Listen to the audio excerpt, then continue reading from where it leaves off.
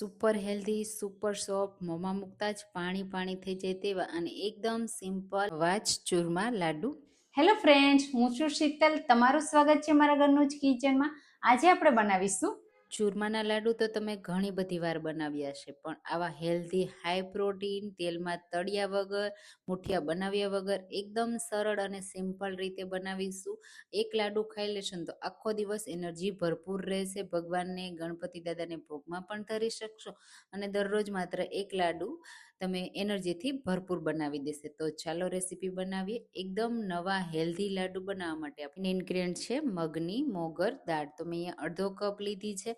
સરસ રીતે પહેલાં મેં એને સાફ કરી લીધી હતી. હવે એનો પાવડર કરી લેશું. જેટલો બને એટલો ફાઇન કરવાનો, પણ થોડો આ રીતે દાણેદાર રહે ને તો પણ કોઈ ટેન્શન નથી. હું તમને કહીશ કે પરફેક્ટ બાઇન્ડિંગ કેવી રીતે આવશે. તો આ મગનો લોટ તો તૈયાર થઈ ગયો. હવે આપણે એને એક બોલમાં કાઢી લઈએ. સાથે ચૂરમાના લાડુ ખાસ કરીને ઘઉંના લોટમાંથી બનાવવામાં આવે છે. તો આપણે એમાં 1 કપ ઝીણો રેગ્યુલર રોટલીનો ઘઉંનો લોટ એડ કરીશું. સાથે 1/4 કપ ઝીણો રવો એડ કરીશું અને 1/4 કપ આપણે બેસન એડ કરીશું. તો બધા જ વિટામિન તમને આમાં મળી જશે. સાથે ખાવામાં પણ એટલા સરસ નવા સ્વાદ સાથે અને ટેસ્ટી લાગશે. તો બધો લોટ અહીંયા મિક્સ કરી દઈશું. ચૂરમાનું મિક્સર તૈયાર થઈ ગયું. હવે મોણ એડ કરીશું. તો મોણ માટે આપણે 1 ચમચી ઘી એડ કરીશું અને અહીંયા ઘીની જગ્યાએ તમે તેલનું મોણ પણ એડ કરી શકો છો, પણ જો હેલ્ધી બનાવવા હોય ને તો ઘી એડ કરજો. મિક્સ કરી દેશું અને હવે થોડું થોડું પાણી એડ કરી મીડિયમ કઠણ એવો લોટ બાંધી તૈયાર કરીશું. તો બહુ કઠણ નહીં બાંધવાનો, જે મગનો દાણો છે ને એ ફૂલશે ને એટલે કઠણ થઈ જશે.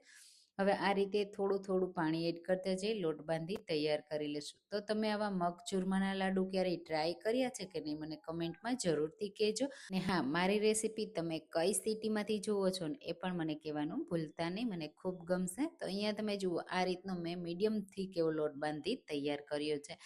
હાથને સરસ પાણીથી મેં ધોઈ લીધા અને પછી હું તમને બતાવું પરફેક્ટ છે.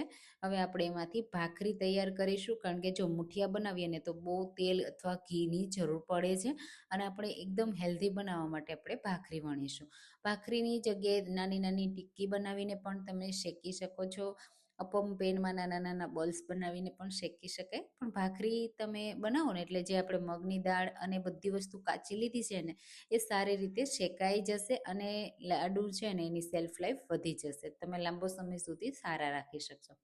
આ રીતે ભાખરીને પતલી વણવાની, બહુ જાડી નહીં વણવાની. પછી આ રીતે તવા ઉપર એક સાઈડ થોડી પેટર્ન આવી જાય ને એટલે બીજી સાઈડ પલટાવી અને બધી સાઈડથી ફેરવતા ફેરવતા આ રીતે શેકી લેવાની. તો ખાસ ધ્યાન રાખવાનું, બ્રાઉન કલરના સ્પોટ છે ને બહુ વધારે ન આવે ને એનું ધ્યાન રાખવાનું.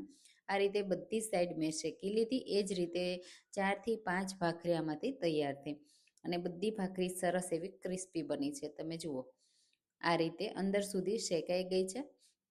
હવે એના ટુકડા કરી લઈશું. ટુકડા ઠંડા થઈ જાય ને પછી આપણે એનો પાવડર તૈયાર કરવાનો છે. જે રીતે આપણે ચૂરમું તૈયાર કરીએ ને બસ એ જ રીતે બસ આ રીતે મિક્સર જારમાં એડ કરી દઈશું. મેં મોટું મિક્સર જાર લીધું છે ને એટલે બધા ટુકડા એકસાથે આવી જશે. તો સરખું પલ્સ મોડમાં ચલાવશું ને એટલે આપણે એને ચાળવું પણ નહીં પડે અને પરફેક્ટ તૈયાર થશે દાણેદાર. તો અહીંયા તમે જુઓ, આપણે ઝીણો લોટ એડ કર્યો તો પણ પરફેક્ટ દાણા પડ્યા ને. બસ આ જે લોટ છે ને એને આપણે કાઢી લેશું. અહીંયા જો તમને હજુ પણ કાચું લાગે, તમને એવું લાગે કે કાચું છે, તો તમે 1 ચમચી 2 ચમચી ઘી એડ કરી થોડું આ મિક્સરને શેકીને તૈયાર કરો ને તો પણ ચાલે, પણ જરૂર નથી એટલે હું નથી શેકતી. હવે આપણે એક પેનમાં 1 ચમચી ઘી એડ કરીશું. ઘી ગરમ થાય ને એટલે આપણે એમાં કાજુ, બદામ અને કિસમિસ મેં અહીંયા લીધા છે. તમને મનગમતા ડ્રાયફ્રૂટ તમે લઈ શકો છો. બધું મેં અહીંયા 2 ટેબલ સ્પૂન જેટલું લીધું છે. હવે એને સારી રીતે રોસ્ટ કરી લેશું ઘીમાં, એટલે બહુ સરસ એવી ફ્લેવર આવશે. કિસમિસ બધી ફૂલી જશે અને ખાસ કરીને ચૂરમાના લાડુમાં જે જે તમને વસ્તુ પસંદ હોય ને એ બધી એડ કરી શકાય છે.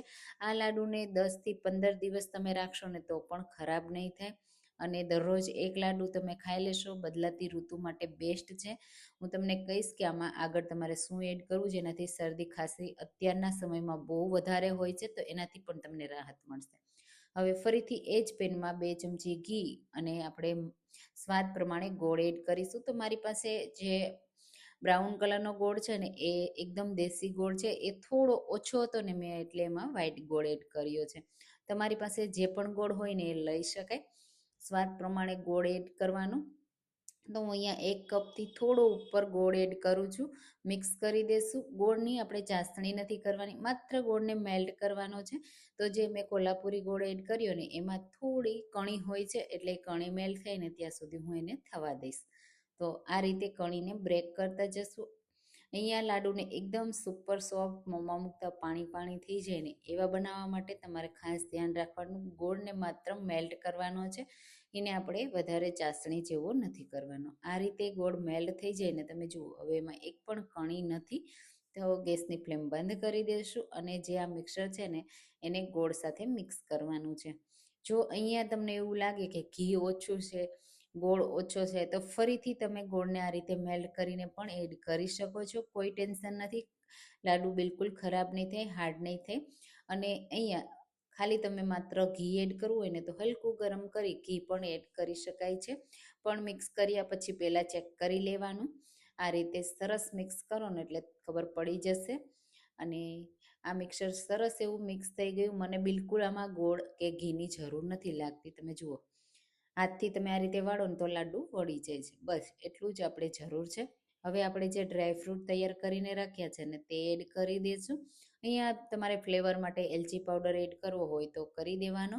હું ખાસ કરીને આ વાતાવરણમાં શરદી ખાંસીના બહુ વાહરા હોય, મતલબ પ્રમાણ હોય ને એટલા માટે હું અહીંયા જાયફળ એડ કરું છું. એનાથી છે ને પચવામાં પણ હળવું રહેશે અને ગરમાહટ પણ આપશે, એટલે શરદી ખાંસી પણ ઓછી થશે. હવે મિક્સ કરી દેશું અને જો તમને ગરમ લાગે ને તો થોડી વાર છોડી દેવાનું, પછી એમાંથી લાડુ તૈયાર કરવાના. હું આ રીતે હલકું ગરમ છે ને ત્યારે જ એમાંથી લાડુ બનાવું છું. નાના કે મોટા તમને જેવા પસંદ હોય ને એ રીતે તમે મોદકના મોલ્ડમાં પણ બનાવી શકો છો. લાડુનું મોલ્ડ આવે એમાં પણ તમે તૈયાર કરી શકો છો અને આ રીતે હાથથી પણ તૈયાર કરી શકાય છે. આ રીતે તમે લાડુનો શેપ આપશો ને એટલે પરફેક્ટ શેપ આવી જશે. તમે જુઓ અહીંયા મેં હાથમાં બિલકુલ ઘી નથી લગાવ્યું ને તો પણ ઘી છૂટું પડી ગયું છે.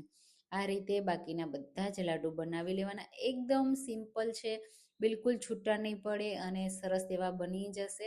એક લાડુ જો ખાઈ લીધો ને તો તમને બીજો લાડુ ખાવાનું પણ મન થશે. જો મગની દાળ ઘરમાં ન ખવાતી હોય અને કોઈને પસંદ ના હોય ને તો આ રીતે તમે એમાં નાખી અને ખવડાવી શકો છો. હું અહીંયા થોડા ખસખસથી ગાર્નિશ કરું છું. આ રીતે બધા લાડુ બનાવ્યા પછી ખસખસ થોડા લગાવી દેવાના, એટલે લુકમાં પણ બહુ સારા એવા લાગે અને ખાવામાં પણ હેલ્ધી બની જાય. તો એકદમ સિમ્પલ પણ નવા યુનિક આપણા મગ ચૂરમાના લાડુ તૈયાર થઈ ગયા છે. આ રીતે પ્લેટમાં આપણે ગોઠવી દઈશું. આ લાડુને 10થી 12 દિવસ સુધી તમે રાખીને સર્વ કરી શકો છો. તો તમે આ લાડુની રેસીપી જલ્દીથી જલ્દી ટ્રાય કરજો. જોતાં જ ખાવાનું મન થઈ જાય એવા સરસ છે, સાથે હેલ્ધી છે, દાંત વગરના લોકો પણ ખાઈ શકે એટલા સોફ્ટ છે. હું તમને હાથથી તોડીને બતાવી દઉં તો કેટલા પરફેક્ટ દાણેદાર, પરફેક્ટ સોફ્ટ છે. તો તમને આજની આ મગ ચૂરમાના લાડુની રેસીપી કેવી લાગી મને કમેન્ટમાં જરૂરથી કહેજો. મારી રેસીપી ગમી હોય તો લાઈક કરવાનું ભૂલતા નહીં. Thank you for watching.